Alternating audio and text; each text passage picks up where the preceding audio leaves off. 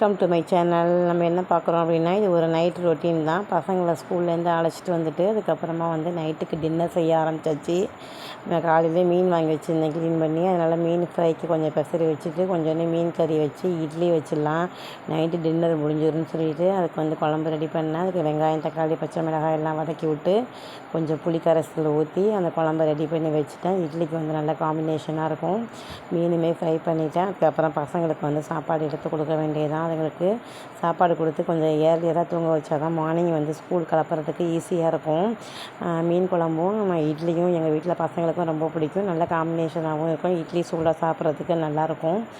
Video பிடிச்சிருந்தால் like பண்ணுங்கள், subscribe பண்ணுங்கள். நிறைய பேர் சப்ஸ்கிரைப் பண்ணியிருக்கீங்க. பண்ணவங்க அனைவருக்குமே நன்றி. Thank you to all.